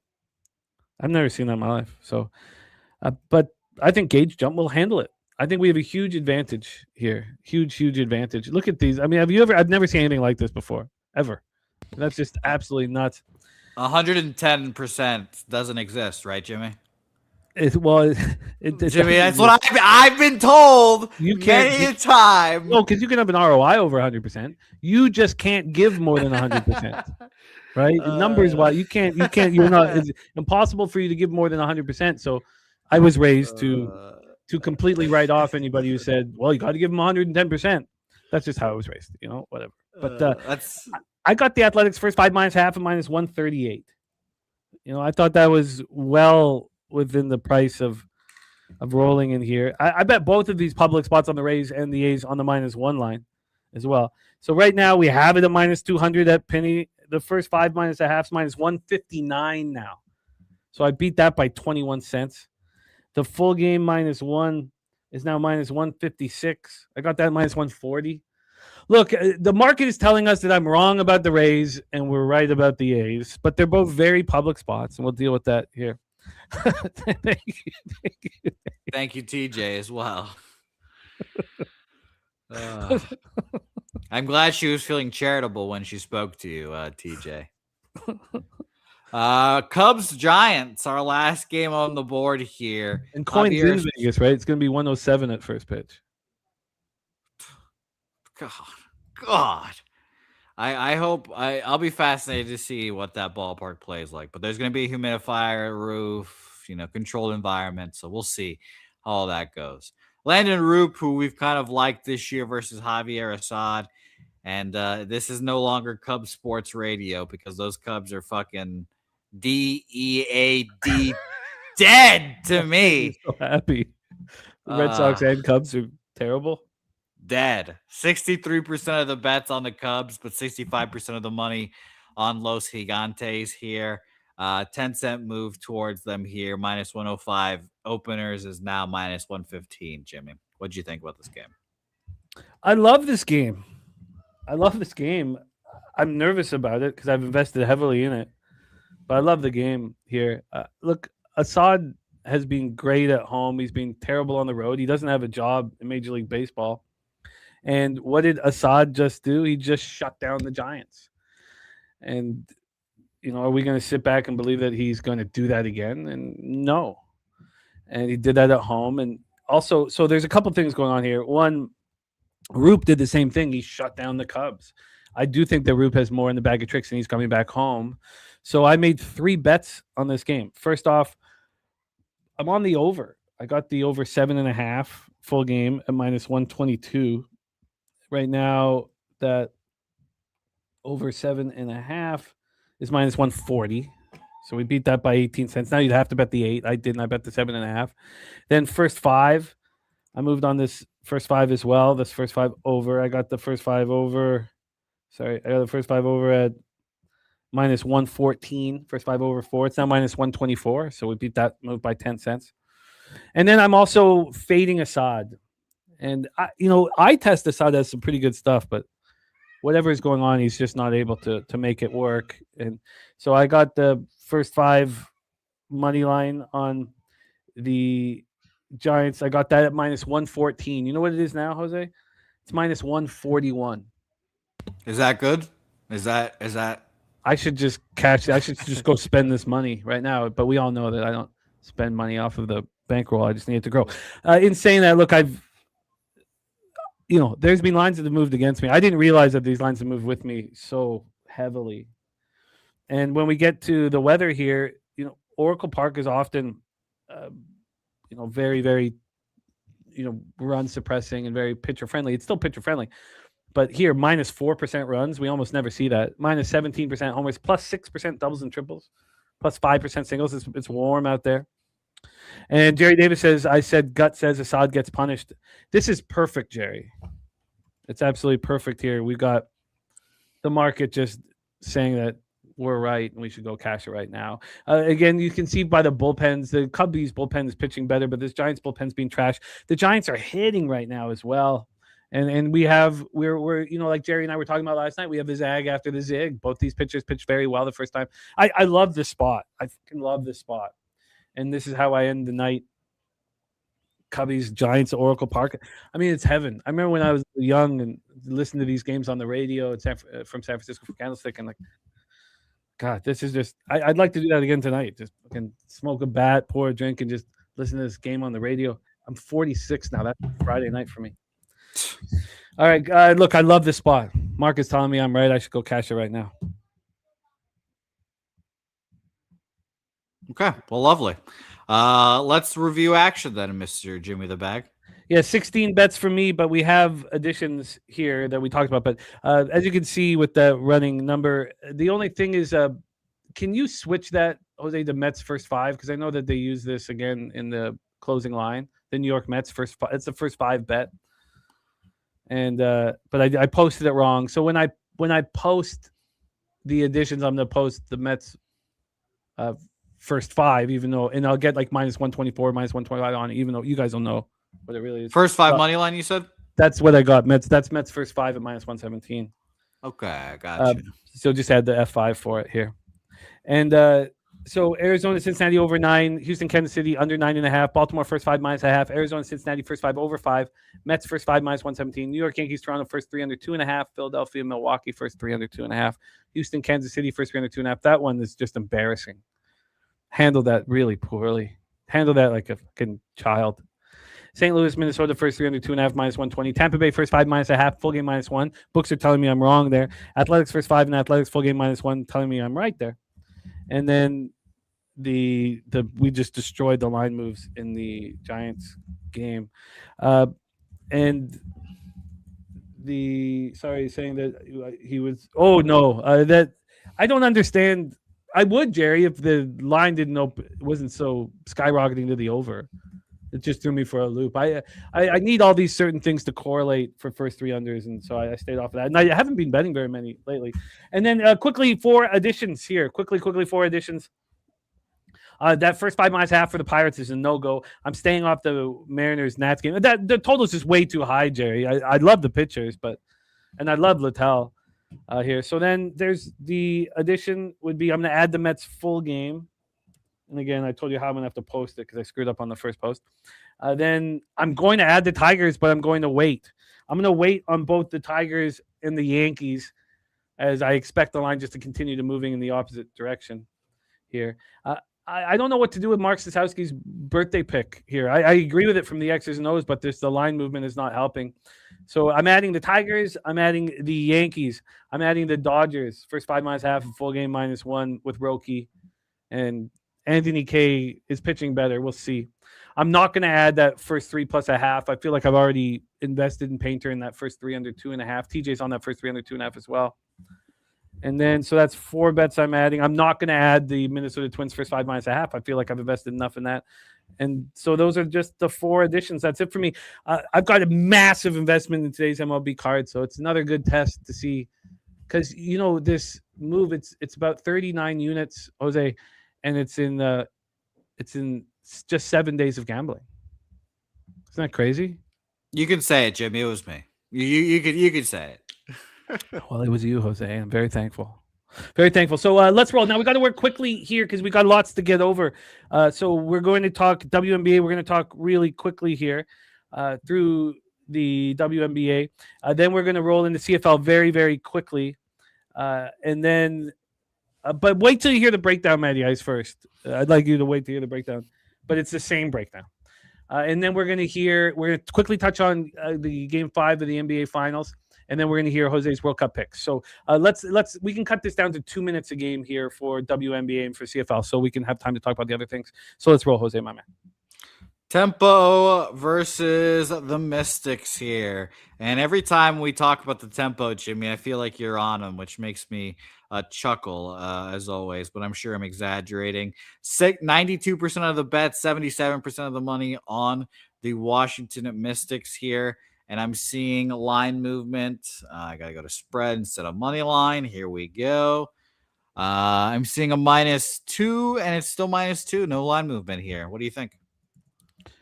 I think that we've made good money off the tempo, and now they should be faded. I think they're worse than their record indicates. I think the Mystics are better than the record indicates. Kiki Rice and Sabali are hurt. Rice is listed as out. Sabali game time decision. We'll find out. And Kiki Irfan is questionable with their ankle sprain, but that was on Monday for the Mystics. I didn't think the Mystics would be this public at all. Also, the Mystics have only played 4 games at home. They've only played 10 games this year, but that's light. Their schedule has been light, and I like them here. I got them on the money line. I think that we're going to have a lot of value fading the tempo. Possibly, both of these, Portland and Toronto, have been much better out of the gate than people expected, and I think we should bet against that. 40 Kids says Mystics confuse me. They have a nice roster, but not playing great. Citron, Irfan, Austin, Lauren Betts. We have the over 167.5 for Justin McKelvey. I knew right away I was going to move on the spot, and I knew I was going to fade the tempo. I just thought that the tempo would be very public. So I'm a little surprised it's not. Jam agreeing on the over. Let's roll into Valkyrie Storm. Money line for me, Washington Mystics. Unfortunately, though, and I should mention this, 1-3 yesterday, which sucks because I was so confident in the Wings, and then I added, And to make matters worse, I bet the Dream plus 12.5 live. I lost both my live bets, Dream plus 12.5 and Jet and Bombers plus 9.5. But including with those 3 losses, we're 28 and 15, 65.1% plus 11.5 units, ROI plus 26.74%, average line minus 109. We're eating. We're eating. So let's roll into Valkyries, Seattle Storm. All right, Valkyrie Seattle Storm here. Next on our board here, -8 has gone up to 9.5 here for Golden State, and we have there we go, 75% of the bets on Golden State, 90% of the money on Golden State. Yeah, TJ, I talked myself into it. In part of it, like I talked myself into the Connecticut Sun, saying Sammy Kolkner helped, but I talked myself into the Connecticut Sun and cashed that. I just been cashing stuff I'd been talking myself into. But obviously, it was a mistake, and hopefully I can see things a little clearer. Shout out to the 2-3 zone, our guys Justin McKelvey and Ronnie Crawford. Ronnie Crawford, best bet is the Seattle Storm here. But TJ, the fact that Washington opened up as a favorite against the tempo with the way Washington's been playing, I thought was a surprise. I expect the public to come in on the tempo. So 2-3 zone and Ronnie Crawford 30 and 19 on the year, and he's on the Seattle Storm. We've been eating off the Seattle Storm. The Seattle Storm being very good to us here, but I had some hesitance in this spot. Maybe it's just because we've been cashing on them, but I did not. In the Valkyries, they play with a ton of heart, and now the Seattle Storm, there's some great edges too. Rod Zawacki talking about the edges because both of these games tonight were the opening games of the season. The Mystics went to Toronto. Mystics beat them by 3. So there's an idea that Toronto will have a revenge. I'm not sure if they will. It's over a month ago. Will they have revenge in mind? Maybe. And then the same thing here. Golden State went to Seattle, beat them. Seattle's been losing and covering. So they've covered 4 straight games. They covered 3 of the 4. Sorry, they didn't cover against Minnesota. We've been on them in 2 of them. Sorry, take that back. We were only on them with the Sparks. Lost, fading them against Phoenix here. But Valkyries aren't playing very well. I don't think that win over Phoenix made them very happy. This line is getting too big. It might be too big at this point. Or you either respect this move towards the Golden State now 9.5 point favorite. It feels too many points. And Jerry Davis says too many not to take the Storm. I just don't know exactly why it would be such a giant number. I mean, this number it's too big. But 75% of the tickets and 90% of the cash on Golden State. Huh. It just feels like a trap. Let's just take 1 second before I decide about adding this.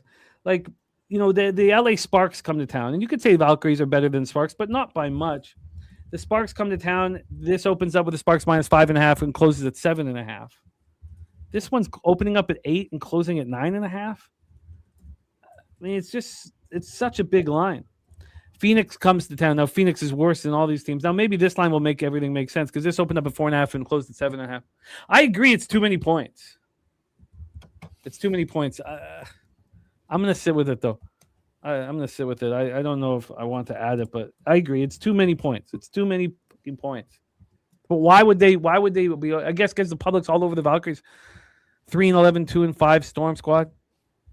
Yeah, the Storm should be bet at this number. I don't think. God. Okay, I'm gonna need some time on it. Let's run into CFL and let's move quickly. All right, CFL here. Argos versus Alouettes. Jimmy, I'll just let you take the floor here. What do you think?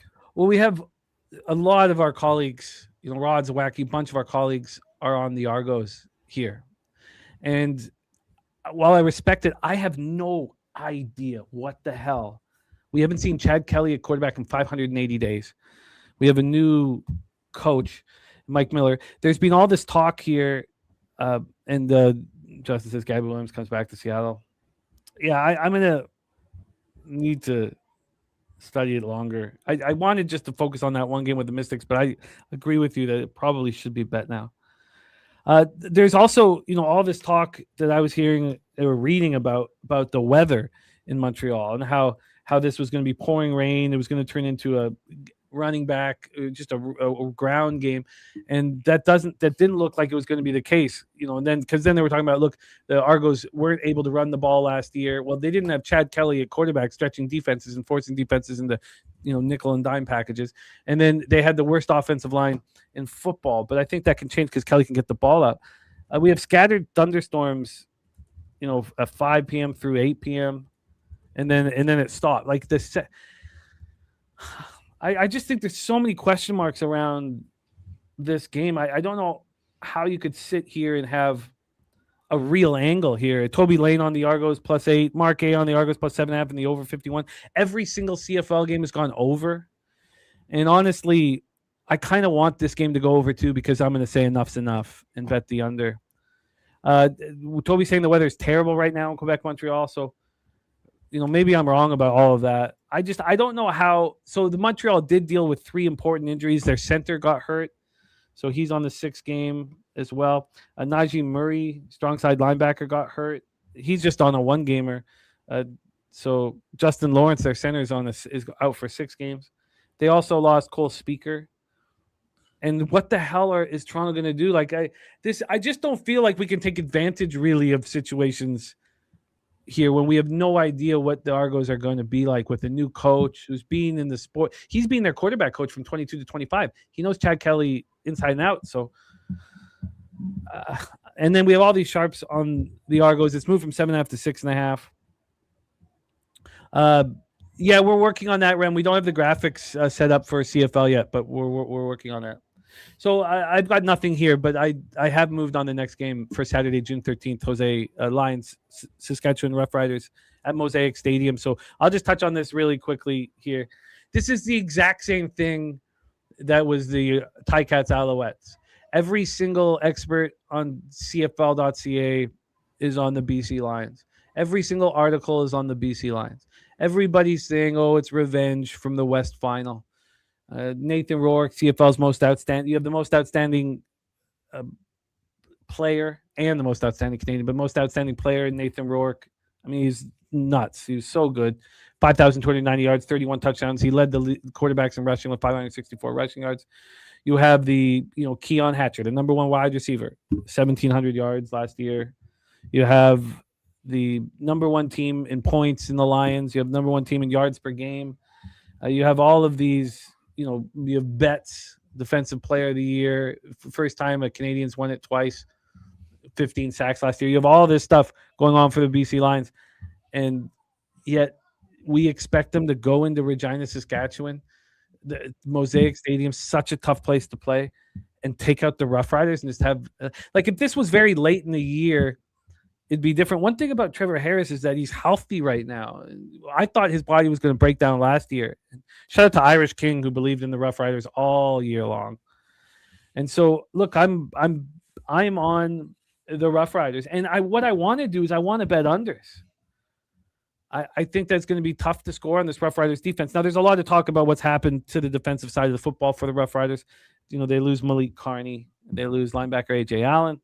And Micah Johnson, a very important defender, is gone, but he's now coaching the defensive line, so he's still with them. And so here we have a quarterback who's healthy in Trevor Harris. We have A.J. Ouellette, just who can hurt you inside. And we have Hardrick, the most outstanding offensive lineman. So everybody on the Lions, I'm on the Rough Riders money line here. And this just reminds me so much of that Alouette spot. Everybody getting excited with this narrative. It's so easy because what do they want? They want something that they could, I could sell this story really easily. I don't put my record up on these articles. I just need to give them something that's provocative. What's provocative? Oh, revenge. The Lions are going to do this and that. There's your fucking article. They're not betting this shit. It's just it's a storyline. They're like, oh, here, I've got this story. I can write this article in 15 minutes because I've got an angle for a fucking story. So there we go. And Hog, great Keon Hatcher. He's a beast, by the way. And the Sweaty Butcher, FIFA Surf and Turf, Canada over 1.5 cards and over 8.5 corners. Mark A says another over. That's another thing. I really want this Argos Alouettes game to go over. And again, I would like this. I would like to try to catch this falling knife pretty soon. From a total perspective here with the over, we've had the Argos Alouettes going up to 52. I'd like to get in the way of that. And then I would really like to do it in Saskatchewan BC Lions, but I've got to think about, because every single game all year has gone over. Come on. Now we're up 52s.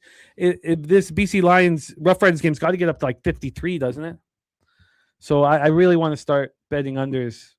And I imagine that Bobano's just destroying these overs to start the year. So shout out to Ian. So I'm on the Rough Riders. I don't know if it, I think, let's wait about the 1K bet. This game is until Saturday for Matty Ice. So let's wait on that. But I like going up against all of the articles and all of the sharps who are on the BC Lions because they can conjure up a fucking narrative. Jose, let's talk about Game 5 of the NBA Finals here. I'd like to hear your take coming to us from San Antonio, Texas. I have moved on the -5 on the Spurs and the double result on the Spurs. And it was a good question. I think it was from Jerry at the end of the show. He's like, why aren't you going for the hedge now? And because I do think that there's money to be made. And I don't care as much about $250 bets, even though I placed 2 of them here, as I do for the big bets, for the big scores. And so I think the plan is I want to make the money off the Spurs in Game 5. Maybe I'm simplifying things too much. I want to make the money off the Spurs in Game 5. I think that the Knicks want to win at home. I really do. I think that they're not going to come in like, oh, we have to win Game 5 in San Antonio. Look, they're a veteran squad that they could go in and win Game 5 in San Antonio. That's well within reason here. And we can imagine that this is going to end up being, a very, very public proposition, possibly. I'd like to see what it is right now. I'm going to go over. Maybe Jose, my shit's. Oh, here we go. There we go. I got it here now. Do I? It's taking a second. Maybe you could pull up the NBA cash flow, but I think there's just still money to be made here. The Spurs, I think from all of their interviews that they've handled that heartbreak pretty well. They still think they can win the series. They think this is just part of the story. So if they come back here, win Game 5, then I'll make a big bet. Probably around 2K on the Knicks money line because I have them plus 1.5 games. Hopefully then I lose that. Hopefully I lose that. And then Game 7, if the Spurs win, I get that 2K I placed on the plus 1.5 games and the 16.5 as well. So man, that's such a like a, they get to walk such a fine line with all this. And Thomas Maggio says, I don't trust the Spurs deflated after that collapse. They don't seem to be. They're young and they don't seem to, 74% of the tickets, 85% of the cash is on New York, which is great. So, Jose, your take on Game 5 of the NBA Finals? Yeah, I think it's going to be an open hand slapping. I think the Spurs slap the Knicks in the mouth here. 74% of the bets, 85% of the money on New York right now. I bet the -5 as well. Allegedly, there's going to be a lot of New York Knicks fans down here as well, which will always be interesting to see. But yeah, I think the Spurs beat their ass, and it sets up a Game 6. And I think we see it so many times in the NBA. It's like the team that's up needs that motivation most of the time to like really get up and knock the team down. And I think there's great motivation in not going back to San Antonio for the Knicks, winning it at home, the whole thing, cementing yourselves as New York legends in New York, blah, blah, blah, blah, blah. I just think the narrative writes itself there. And I think the Spurs slap them in the mouth next game. So I hope so. I'm a little surprised that there's 74 and 85 on the Knicks. I thought the Spurs would be quite public. And again, if you watch their interviews, they still think they're in the series. And the idea that they had was, we have to get back here. We can't let this be the story, how the story ends. We have to get back to Madison Square Garden. We have to get back to Madison Square Garden. And I think that they can get back to Madison Square Garden, and then we deal with things then. And this series has been spectacular. Finally, it's been great. It's been great. I mean, I obviously I'm here, and I'm not a Spurs fan, but man, oh man, the swings this series have had has been crazy. It's incredible. And look at the coin saying New York's been a road monster in these playoffs in closeout games. Beat Atlanta by 51, beat the Sixers by 30, beat Cleveland by 37. Jim Dewigger says 5 is too many points. I'll say this as a Knicks fan. If you're a Knicks backer, doesn't matter. They can be down 20 in the first half, be down 10 in the fourth quarter. You will feel confident in this team coming back, no matter what the deficit is. So, and they're never dead. So I respect the fuck out of that. But I definitely think the Spurs slap them in the mouth. They pulled their starters, and we set up that game 6. I'm excited. Okay, let's get into the World Cup. We have the Daily Stash popping off in 9 minutes. We got to be real quick here, Jose. We have very, very exciting spots today. We have Canada, Bosnia, Herzegovina. And I have a friend who spent $20,000 on 6 tickets because he thought it would be Italy. And he's Italian. And I was like, man, this guy, he's like, I don't gamble. What do you call that? What do you call that? Buying tickets for Italy, Canada for 20K. Is that gambling? It is. And you lost. You lost your bet. So Bosnia, Herzegovina, Canada. Now you can still sell the tickets for about $1,000 each. So it's not too bad. And then we have USA, Paraguay, and we have bought in on USA. This line is, well, I'll let you touch on both of these spots. Take it away, Jose. Yeah, Alphonso Davies not playing for Canada. That's their best player. Left back of Bayern Munich, very fast. Torres ACL still coming back from it. Still might play in the group stage. But keeping this kind of short, I think there's going to be a draw for Bosnia and Canada. 1-1, maybe a 0-0, but I'm expecting a 1-1. I think Canada and the home field advantage is definitely going to help every host nation. And this game is in Toronto. Yep. Yeah, so that'll be interesting. And by the way, make this note. It wasn't sold out either. Well, that's yeah, because those tickets, I'm sure, are like ridiculously expensive, right? I mean, but I was going to say, make the note that the Blue Jays, I think, will have less support than they typically do because obviously this game will be popping, I'm sure. You think the Canadians care about soccer? I think they care about the first game in the World Cup. That's about it. Blue Jays on a Friday night against the New York Yankees is already sold out. It was sold out long ago. Well, again, the tickets, the FIFA is trying to suck everyone dry. No pause. But I'm expecting a draw in that game. And I expect the U.S. to win. So I just parlayed them both, little square parlay, 25 to win 150, I believe it was. On Canada, Bosnia draw. USA to win. These are 90-minute bets, obviously, because there's no extra time, et cetera, et cetera. That's my World Cup action for day 1. And by the way, a quick recap of all the action here. I am on that. I am on the New York Mets minus 125. I'm on the Yankees minus 105. I am on the Texas Rangers plus 110, the jilted lover play of the day. And I also bet the Spurs minus 5 as well. Jilted Lover, so good. It is so good. I'm excited here. We're very excited about a couple of things here at Pub Sports Radio. Obviously, the Daily Sesh popping off in 5 minutes, so very excited about that. But we are also very excited about our brand new show. Our brand new show, Funk After Dark, every Friday night here at 10 p.m. Eastern. I think I love the way our schedule on the channel is coming together, and I think this is a great, great addition here. Also, it's going to help me out enormous. And it's also going to set up us to have some horse racing shows on Saturdays. Also, if you are in San Antonio, we have our card show popping off this weekend. Mr. Slaughter will be there. Hopefully, Jose will make an appearance and others. We have a big, big card show. Please support it if you are anywhere in Texas. So shout out to our guy, Jeff Slaughter, and the big card show. Thank you guys so much. Aaron Gaza, TJ says, why is not everyone on the Spurs first quarter? Says it's a gift. He hasn't used that term in 3 years. Yeah, it's been, and look at that. Look at it. Blessing our action to close out the festivities here. 5 Pub Sports Radio memberships gifted from our guy, TJ. Chips with dip. Kevin Foster, Rise Up Atlanta, ATL.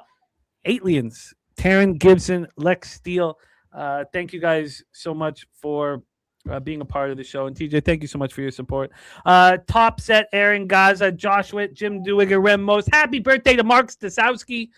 Hope 642 for life had a great birthday yesterday.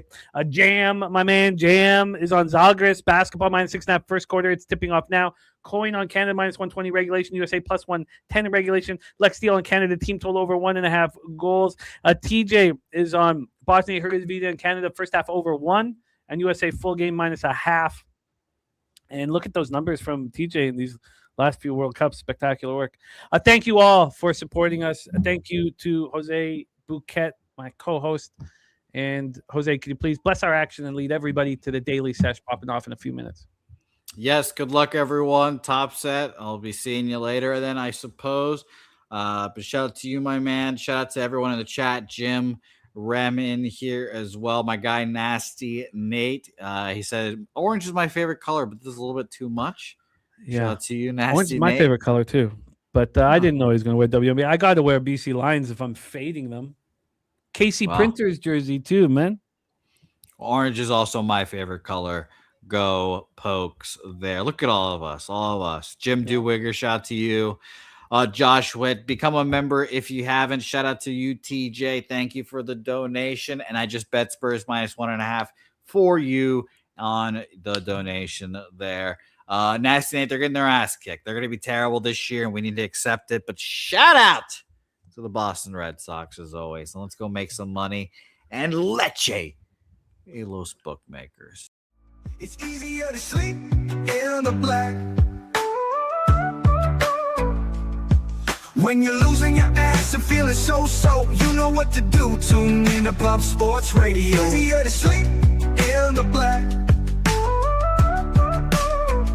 It's easier to sleep in the black. It's a roller coaster ride, you're gonna catch a bad beat. No problem, keep your head up and just bet the spreadsheet. It's easier to sleep in the black. It's easier to sleep in the black.